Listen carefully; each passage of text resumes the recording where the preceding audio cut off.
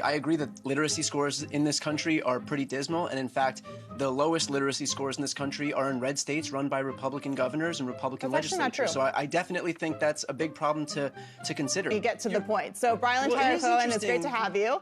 Thank you for coming on the show. Next time, hopefully, we can have a cordial back and forth instead of talking over each other and put their bodies on the line to commit felonies by getting in the middle of federal investigations, which is a terrible idea. By ICE agents.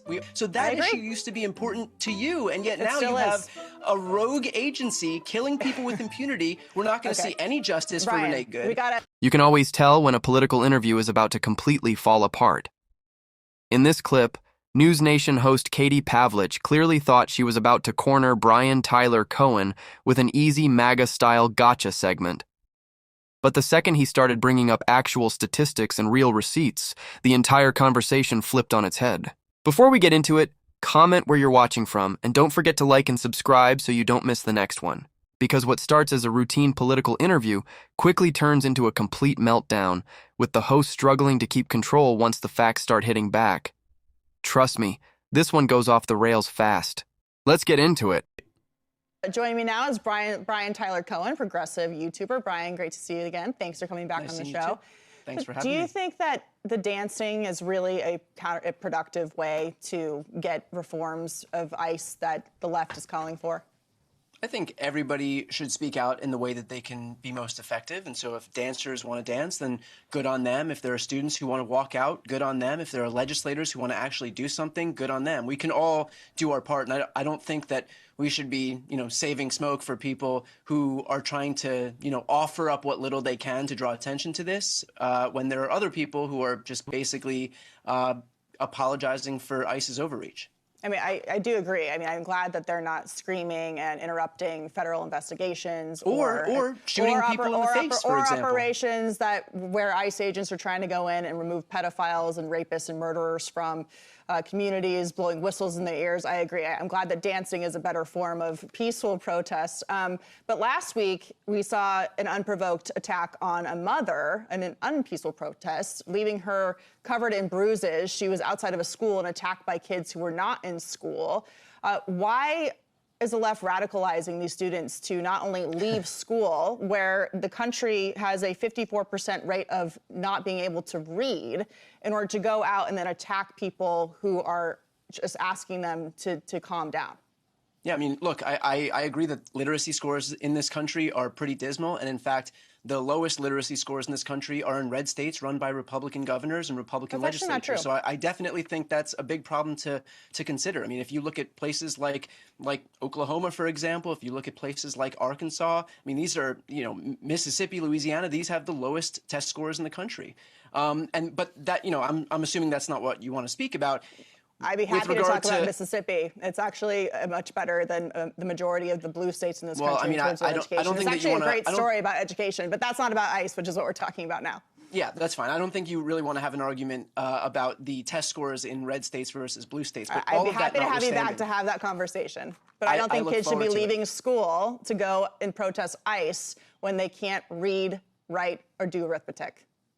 Look, I think that we have a very important First Amendment right in this country, and if kids want to use what platform they have to step out of school to protest the overreach of a tyrannical government and a lawless rogue agency, then I support their ability to do that. Again, look, you're going to find individuals who are going to be violent, and you're never going to see me defend anybody who brings violence into the situation. So I'm not going to defend that. And certainly, there are people everywhere who are going to resort to violence, and I think you and I can both agree that that's not acceptable. I would agree, regardless of where it happens.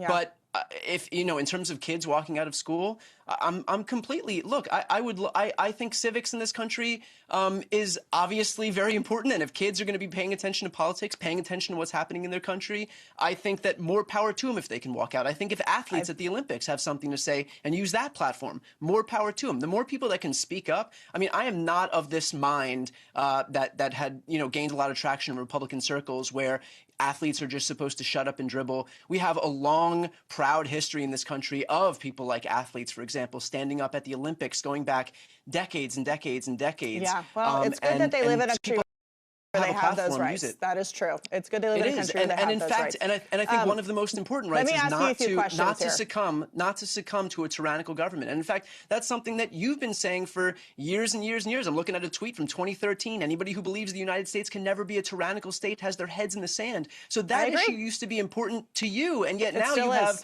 a rogue agency killing people with impunity. We're not going to see any justice for Renee Good. We gotta take a second and take a step back. Okay, first of all, Renee Good arguably tried to run over an ICE officer with her car. So you say that you're not for violence. There's lots of video showing that we almost ran him over. We know what it looks like when somebody turns the steering wheel to the right. In terms of the issue of tyranny, you brought this up last time you were on the show, so I'm happy to bring it up again. What about Alex Preddy? Well, there's Alex Preddy was at a protest 2 weeks prior, ICE, and got violent with the officers, kicked out a tailgate, then went to another one. But let's get back to the point. So kicking a tailgate 11 days prior is justification to kill somebody?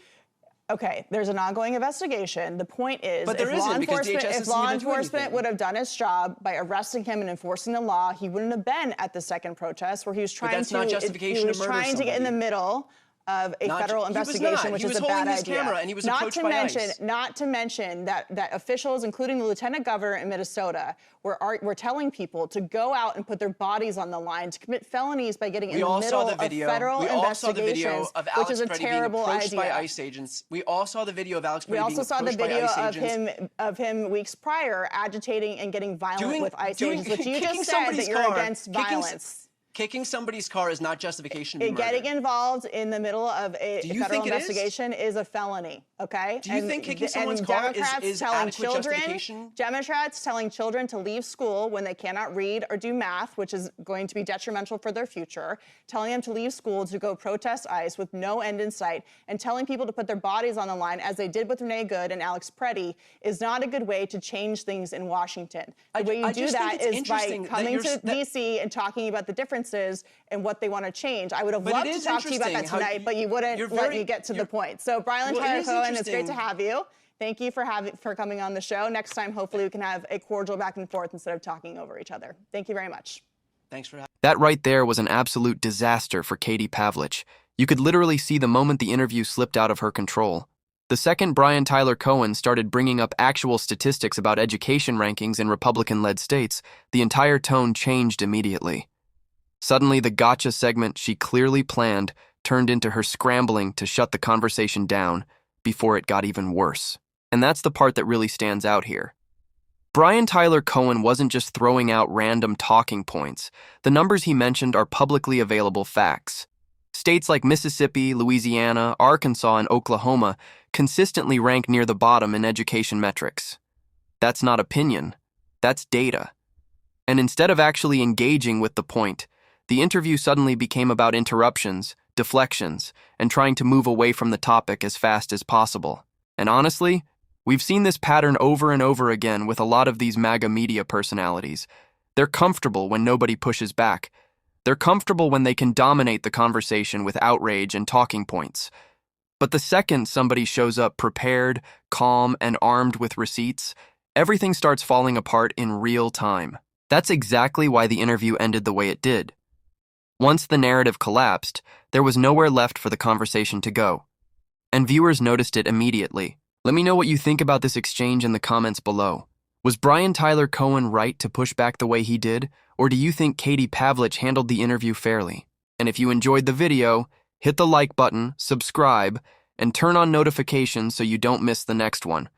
Because here you're getting real analysis and real opinions on the biggest political moments happening right now. Thanks for watching, and I'll catch you in the next one.